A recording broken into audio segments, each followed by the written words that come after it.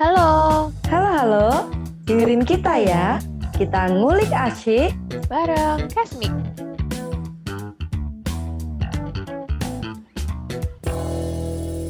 Halo semuanya, selamat datang di Kasmik. Ya, jadi balik lagi sama aku Via. Hari ini kita berjumpa lagi dan dimana di Kasmik ini kita bakal sharing-sharing satu sama lain. Dan kali ini kita bakalan bawa topik yang lagi lumayan viral gitu kan. Karena beberapa artis maupun beberapa orang tokoh-tokoh di Indonesia itu mulai melakukan hal-hal yang bersangkutan dengan hal satu ini. Nah, jadi kita akan bahas tentang saham. Jadi kenapa ini juga viral? Karena beberapa saat ini terjadi pemulihan ekonomi juga, dan mungkin harga-harga emiten perusahaan itu emang lagi naik-naiknya.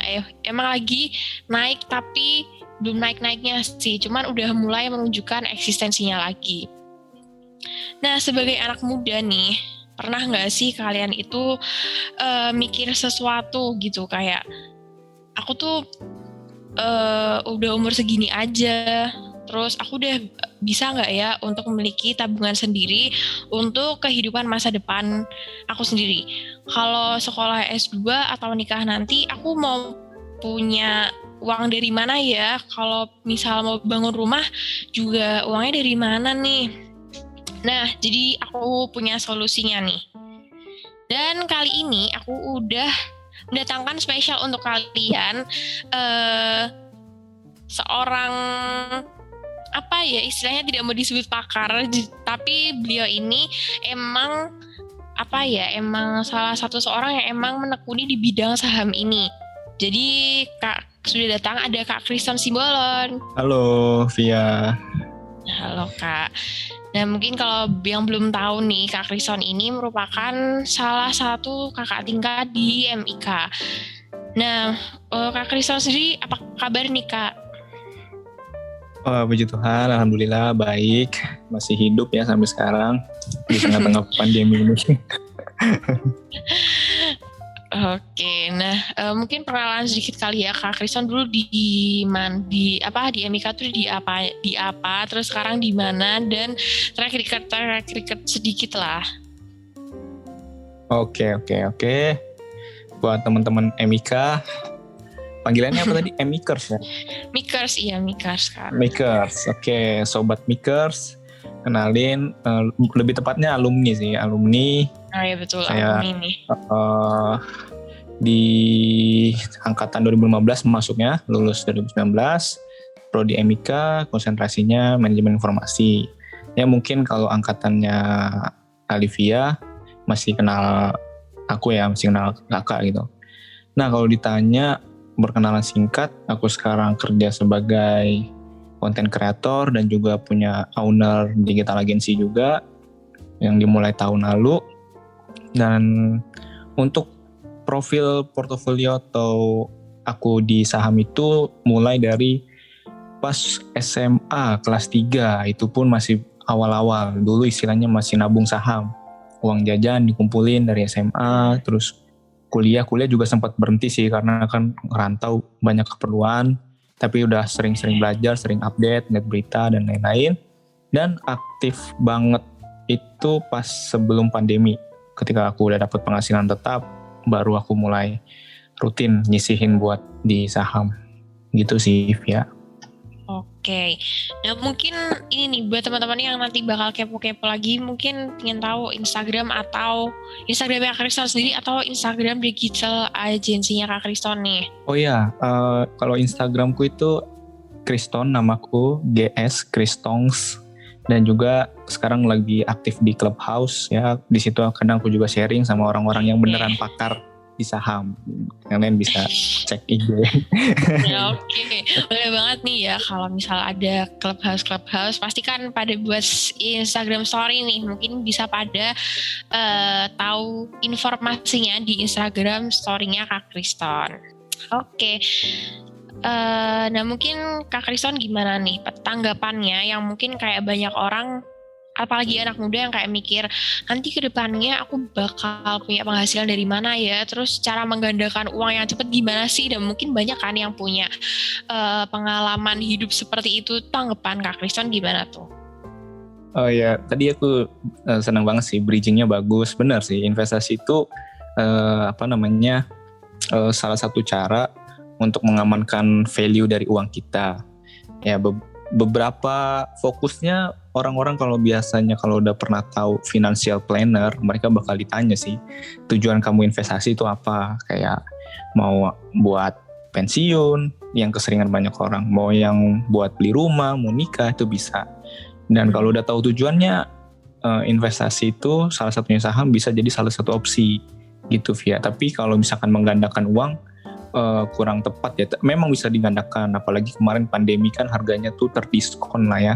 Dan sekarang udah mulai membaik lagi seperti kata kamu. Cuman ya itu balik lagi ke tujuannya.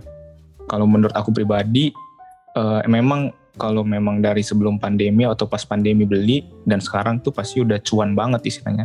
Tapi kalau sekarang baru masuk, ya indeksnya atau harganya masih naik turun udah sideway, jadinya agak sulit cuannya di sini gitu. Oke, itu juga mungkin menjawab kenapa sih kok saham tuh bisa naik banget gitu daripada investasi jenis yang lain. Nah, mungkin ada nggak sih penjelasan tersendiri Kak Kriston, kenapa sih kok bisa nih saham lagi naik-naik banget, apalagi kemarin kayak pada artis tuh ngepom-pom saham, terus kayak ada aja gitu kan permasalahan saham, apalagi teriakan cuan-cuannya. Nah, itu gimana tuh menurut kakak? Iya, salah satu artis yang lucu ini ya, aku lupa, stand up komedian, jadi dia tuh kebalikannya, dia sering bikin video kalau dia tuh lagi rugi gitu. Aku lupa nih, yang keling-keling itu siapa namanya, Indra Keling ya, itu tuh aku Yuda lucu. Keling ya? Oh iya, Yuda Keling. Yuda Keling. Dia sering bikin video lucu-lucu sih tentang saham. Ya benar sih, emang lagi in. Ya awalnya itu mungkin salah satu pemicunya ini ya, drama Korea startup ya, dan juga Itaewon Class kali ya. Dan emang kebetulan semua bursa karena pandemi turun. Nah tadi kamu tanya kenapa bisa turun atau naik. Kalau turun, sistem ekonomi kan supply and demand ya. Kalau misalkan ada harga tinggi berarti penawaran lebih tinggi daripada barang yang tersedia gitu. Kalau ditanya kemarin pandemi kenapa turun dan sekarang mulai pulih, awal pandemi kan kita belum kenal namanya vaksin, belum kenal namanya cara-cara mengatasinya, PPKM, PSBB dan lain-lain atau lockdown. Jadi investor itu yang uangnya banyak, mereka menjual dengan cepat sehingga menurunkan harganya. Meskipun memang belum kelihatan juga, tapi memang investor-investor yang besar, yang uangnya banyak, kalau menghadapi ketidakpastian, mereka bakalan gerak cepat kayak gitu. Itu kalau turun kemarin di pandemi. Kalau naik berarti kebalikannya, banyak harga, dan sekarang berarti udah optimis, udah ada vaksin, udah terbukti dan teruji gitu-gitu. Jadi orang percaya, oh berarti ini gak kenapa-napa nih. Berarti ini udah bisa, bisnisnya udah bisa mulai balik lagi, kayak gitu sih Via. Nah, kalau zaman sekarang ini kayak banyak banget orang yang mulai kepo dan mereka tuh sok-sokan untuk mainan saham gitu. Nah, waktu itu kemarin aku juga sempat dimarahin sih sama Kak Kriston, nggak dimarahin deh, kayak dikasih tahu jangan bilang mainan dong, tapi investasi gitu kan. Karena emang nggak sebermain itu ya mainan saham itu. Nah, jadi mungkin tadi juga udah dijelasin bahwasanya iya kalau sahamnya naik, tapi kalau turun gimana. Nah pada akhirnya banyak banget orang yang pada marah-marah gitu, kok pada nggak cuan sih lalalala gitu. Nah mungkin ini bisa jadi dasar dulu nih Kak, gimana sih caranya supaya menjadi sahamers yang sehat gitu, atau istilahnya pegangan apa sih yang harus dipegang sebelum mulai untuk berinvestasi? Oke, pertanyaan bagus nih. Ini harusnya semua pertanyaan yang emang harus di benak orang-orang sebelum investasi ya, bukan main dan di saham itu. Dasar-dasarnya gimana sih? Pertama, saham itu membeli bisnis. Berarti ketika kamu membeli saham, kamu memiliki salah satu atau punya hak di situ. Ketika bisnisnya untung dan beberapa perusahaan kasih laba atau namanya dividen, kamu bisa dapat dan bisa merasakannya. Tapi ketika rugi, begitu juga. Nah tadi pegangannya yaitu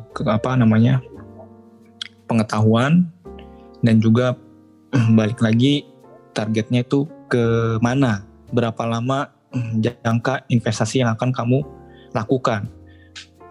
Which is kalau misalkan kamu nggak tahu targetnya berapa, terus kamu kenapa beli saham ini gitu, itu nggak make sense. Kalau kamu ngikutin orang-orang doang, kayak ini saham ini lagi naik, kayak kemarin tuh yang lagi naik Antam sama BRIS, nah itu orang udah terlanjur beli harga tinggi tuh karena ngikut. Nah ini yang harus dihindari sih, namanya FOMO, fear out missing out kayaknya ya. Kayak gitu, jadi takut ketinggalan gitu. Itu sih yang harus dihindari, jangan panikan.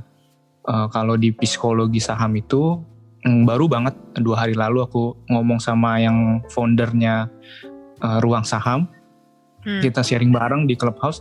Dia bilang kalau justru yang sulit adalah mengendalikan cash kita gitu. Kalau kita punya uang, jujur aku pernah ngalamin kayak beli apa ya. Nah itu yang salah sebenarnya. Ketika kita punya uang, kita harus tahu dulu saham mana yang cocok kita beli di harga yang pas. Itu intinya, kita harus tahu saham itu harganya berapa sih sekarang, kayak gitu. Gitu sih ya. Oke. Nah terus juga mungkin satu hal lagi nih Kak, mungkin orang-orang tuh pada pengen mainan saham supaya cepat kaya gitu. Padahal kan gak segampang itu ya Kak. Kayak, woi itu yang udah gitu kan. Iya betul. Nggak nggak ya sebenarnya itu membantu, salah satu cara lah. Cuman balik lagi kayak kita nggak tahu, kita buta. Banyak tuh yang di berita dia pakai asuransi, dia jual mobil, jual rumah, ternyata buntung. Itu sih yang saat-saat ini lagi banyak juga yang aku baca di berita. Nah terus selanjutnya nih, mungkin seperti tadi yang sudah aku jelaskan bahwa saya kemarin ini sempat pas waktu kita ngobrol bareng itu kayak jangan bilang mainan dong, bilangnya investasi aja, karena kalau mainan itu udah masuknya kayak ke trading gitu. Tapi ya tetap kita tidak boleh bilang bahwa mainan saham gitu. Ini ada investasi saham sama trading saham nih. Nah mungkin pada kesempatan kali ini kita bakal bahas investasinya nih Kak Kriston. Iya. Oke. Mungkin bisa dijelasin sedikit sih Kak, kira-kira investasi itu apa sih supaya teman-teman tuh pada paham gitu. Oke, ya dari kata-kata investasi ya, invest itu kan berarti kayak menabur ya, menginvest gitu. Kita juga menginvestasi nggak soal cuman saham doang. Investasi terpenting kan juga ada leher ke atas ya, berarti pendidikan, skills dan lain-lain. Itu adalah tabungan tapi dia mengkompon atau berlipat-lipat kayak gitu. Nah investasi juga berbeda juga nih dengan trading, karena kita bahas investasi itu jangkanya di atas 1 tahun dengan bisa dilakukan secara rutin, misalkan setiap bulan kita rutin menginvest di salah satu saham atau perusahaan tertentu. Begitu juga bisa juga investasinya dengan dana yang awal besar di awal. Nah kita bisa nunggu aja tuh passive income-nya dari dividen perusahaan itu kayak gitu. Oke, mungkin biar nggak semakin salah kaprah lagi bedanya. Tadi kan sudah dijelaskan investasi, mungkin supaya lebih lebih pas dan setara gitu. Trading tuh apa sih Kak bedanya sama investasi gitu? Oh ya, oke. Include di investasi. Kalau trading itu dan investasi kan salah satu teknik ya. Kalau invest berarti dia membutuhkan waktu yang jangka lama, biasanya di atas tahun. Namun juga kalau trading dia kebalikannya, di bawah setahun. Trading itu ketika kita beli hari ini, jual hari ini pun itu namanya trading namanya, bukan invest. Karena kan itu dia belum bisa dibilang invest karena secara jangka waktu aja sebenarnya gitu. Tapi intinya jual beli saham. Kan trading itu kan dari bahasa trade. Trade itu artinya dagang. Berarti dia berdagang. Dia mencari keuntungan di mana ketika dia beli, misalnya harga perusahaan ini harganya 100.000 satu lotnya nih. Nah dia di sore hari atau kebalikannya, dia saham emang udah analisa dan sahamnya itu naik ke 2.000 gitu. Jadi dia jual di harga yang segitu. Itu namanya jualan lah. Kayak gitu. Dan biasanya di bawah setahun, bahkan paling lama mungkin sebulan atau 2 bulan kayak gitu. Oke, mungkin maksudnya kalau misalkan udah ada harga naik dan udah pas di kita langsung kita jual, itu merupakan salah satu cara trading gitu ya Kak? Ya, itu istilah untuk trading, betul Via. Oke. Nah, selanjutnya nih, kalau misal udah dijelasin secara salah kaprahnya dan permasalahan trading investasi dan mainan saham tadi, aku pingin nanya nih Kak, misalnya supaya teman-teman paham investasi itu bentuknya seperti apa. Terus tadi juga udah sempat disebutkan tentang satu lot. Nah itu diibaratin kita tuh mainan saham tuh kita tuh jual saham itu sekitar satu lot atau sekitar berapa lembar sih Kak? Oke, ini berarti masih masuk di investasi saham gitu ya. Ya, kalau di investasi saham sendiri itu aturan mainnya dari Bursa Saham Indonesia. Waduh, sorry ada iklan. Itu aman. Dia minimal belinya dulu pernah minimal belinya itu 500 lembar atau 5 lot. Tapi sekarang di 2000 berapa ya, 17 apa 16 pokoknya pemerintah ngeluarin jargon yuk nabung saham. Dia berubah di sekitar 1 lot, yaitu 100 lembar. Which is misalkan kalau kalian yang lihat di grafik indeks kan harganya kok murah ya. Harga sahamnya cuman 6.000 misalkan atau 2.000. 500 juga ada kan sebenarnya. Iya, betul. Nah, tapi minimal transaksinya itu kalian harus beli 100 lembar. Which is itu kalian kali 100. Misalkan 2.000 tadi dikali 100, berarti berapa tuh? 200.000 itu. Oke. Nah, terus tadi itu ada sempat iklan lewat nih. Kita bahas ke itu tuh. Kalau waktu aku ikut kelas finance nih, diibaratin nabung saham itu sama kayak orang yang lagi dagang bakso. Nah itu gimana tuh Kak? Mungkin bisa dijelasin nih. Oh iya, itu istilah yang atau perumpamaan ya yang paling sering dipakai ya. Jadi kalau invest saham sendiri, konsepnya, kita bicara konsep ya. Jujur ini aku udah research juga dan juga memang betul ada BN atau ada sekuritas yang pakai syariah. Jadi beli saham itu bukan riba, bukan judi, bukan melihara tuyul, bukan kesana. Jadi memang investasi saham itu sama kayak orang dagang bakso nih, dia baru jualan, misalkan sehari cuman mampu 100 mangkok. Ya kan, dia cuma punya gerobak, terus dia bikin bakso sendiri.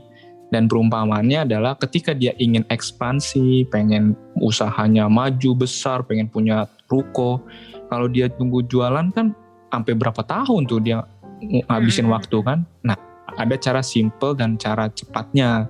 Dia kumpulin teman-temannya, ditanyain, kamu mau bantu aku nggak? Aku butuh modal sekian, misalkan 10 juta. Aku sudah punya modal gerobak, terus sudah punya modal dirinya sendiri, udah punya modal pengetahuan resep bakso dan lain-lain. Nah, diistilahkan teman-temannya si abang-abang bakso ini adalah kita sebagai masyarakat nih yang ada di publik buat ngebantu abang-abang bakso ini nih.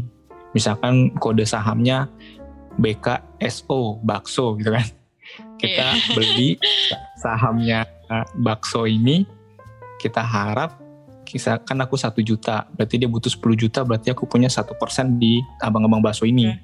Nah, ketika baksonya terus berkembang, nilai kita tetap 1%, makanya lebih bagus kita cari perusahaan-perusahaan yang potensial, yang growth istilahnya, yang bertumbuh, dan itu bisa menjadikan investasi kita awalnya 1 juta, which is di 10 tahun ke depan itu abang-abang baksonya jualan di Inggris, di Itali, kita punya 1% di situ dan laba, iya, dan labanya itu miliaran. 1 miliar 1%-nya berapa? 100 juta. Dari 1 juta ke 100 juta gitu kan. Ya kayak gitu konsepnya sebenarnya. Oke, nangkep banget. Jadi intinya dia butuh modal, kita butuh uang ya Kak. Mungkin bisa jadi kayak gitu gak sih? Iya, mutualisme. Ya betul. Dan itu makanya balik lagi nih aku tambahin, karena kita harus punya pengetahuan akan siapa yang kita invest. Kayak abang-abang bakso tadi, dia terpercaya kah? Bisa juga investasinya itu dia nggak mampu ngelola manajemennya gitu. Ya banyak juga perusahaan yang bangkrut, yang memang itu nggak, misalnya banyak juga yang tanya nih, Kak, kalau misalkan aku invest juta terus perusahaannya bangkrut, balik nggak duitnya? Tergantung. Iya tergantung. Iya benar. OJK mewajibkan si pemilik saham itu kayak pemberi hutang juga di hitungannya gitu di undang-undangnya. Si perusahaan ini yang bangkrut wajib menggantikan apa yang sudah dipinjamkan. Tapi karena namanya investasi bukan pinjam, dia membayar sesuai dengan kemampuannya. Kalau udah bangkrut, nggak ada yang bisa dijual, nggak ada uang, ya nggak bisa diganti, ya udah hilang gitu aja, kayak gitu. Makanya harus hati-hati ketika milih perusahaan yang mau kita investasi gitu. Oke, nah cakep banget nih. Tapi tadi Kak Kristen juga udah sempat bahas tentang, udah sempat nyebut tentang emiten. Nah emiten nih apa ya Kak? Ya, emiten itu adalah istilah di mana salah satu perusahaan bisa dibilang emiten itu ketika dia menawarkan surat hutang berharga, obligasi, sukuk, pinjaman gitu. Dan juga biasanya ini yang nama sahamnya bisa di belakangnya ada kode TBK. Berarti dia perusahaan terbuka dan juga dia perusahaan yang bisa dibeli oleh masyarakat umum. Kayak sekarang nih yang belum publik itu ada Gojek, ada Tokopedia, ini yang potensial dan lagi aku incer nih. Dia bakalan publik, bisa dibeli sahamnya di masyarakat, itu baru ya aku dengar gosip sih ya tahun inilah, doain aja kayak gitu. Oke, ibarat jadi emiten nih ibaratnya tukang baksonya tuh namanya ada yang bakso A, bakso B, bakso C. Jadi itu nanti bakal masuk ke apa tadi Kak, ke IHSG-nya. Bursa ya, ke bursa listing. Ke bursanya. Nah, tadi udah ngomongin soal saham. Terus mungkin ini yang apa ya, mungkin ditanya-tanyain gitu sama orang-orang. Di usia kita ini lebih baik uangnya itu diinvestasiin dengan tujuan apa sih Kak? Apakah pastinya kita pengennya yang long term ya, tapi kadang kan ada nih orang yang berpikiran kayak besok aku ambil, padahal kan nggak bisa gitu ya Kak. Dan mungkin supaya lebih menjelaskan tujuan investasi di umur kita tuh sebaiknya buat apa sih Kak, kayak gitu. Wah, ini cakep banget nih pertanyaan nih. Kalian masih muda tapi aku berharap sih semua yang denger ini ya bakalan bisa mulai investasi lah kayak gitu, karena ini penting banget beneran.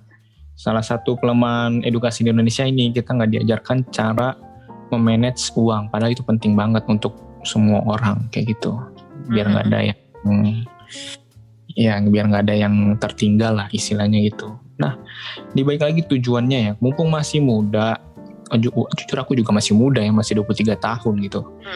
Dan kalau aku pribadi nih, kalau aku kan nggak tahu nih nanti pendengar, aku nggak mau nikah Kak, aku nggak mau S2 Kak gitu.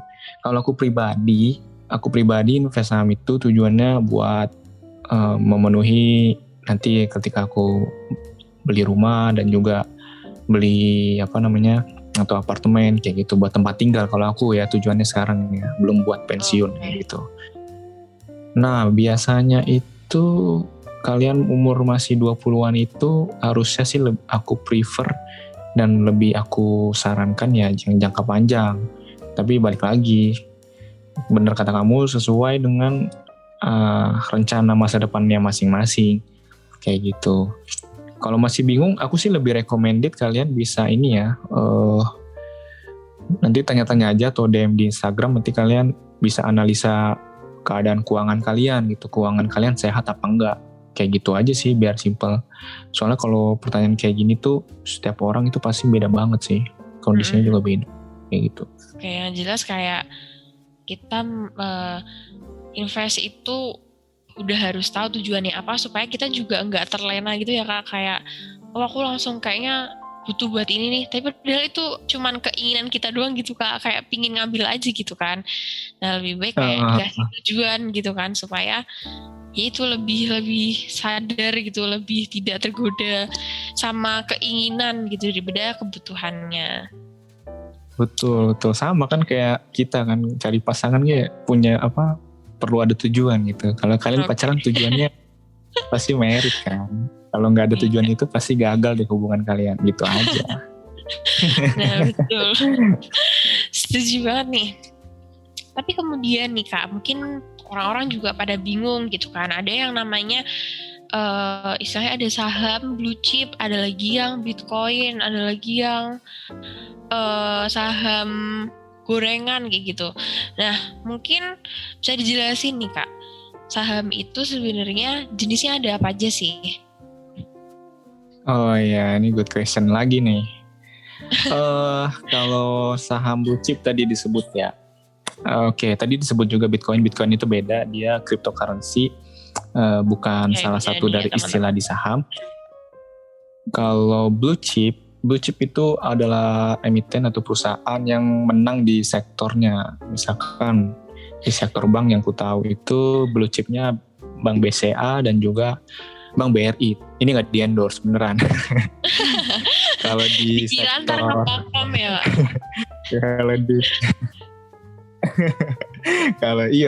Kalau di sektor consumer goods atau fast moving consumer goods itu ada Unilever, ada ICBP, Indomie. Kalian kan anak kos nih pasti nggak terlepas dari abang-abang bikin mie kan.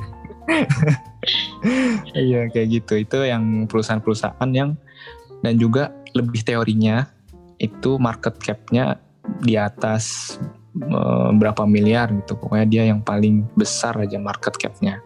Kayak gitu. Market cap berarti nilai sahamnya kalau dijumlahin itu nilai perusahaannya itu di atas 50 miliar kayak gitu.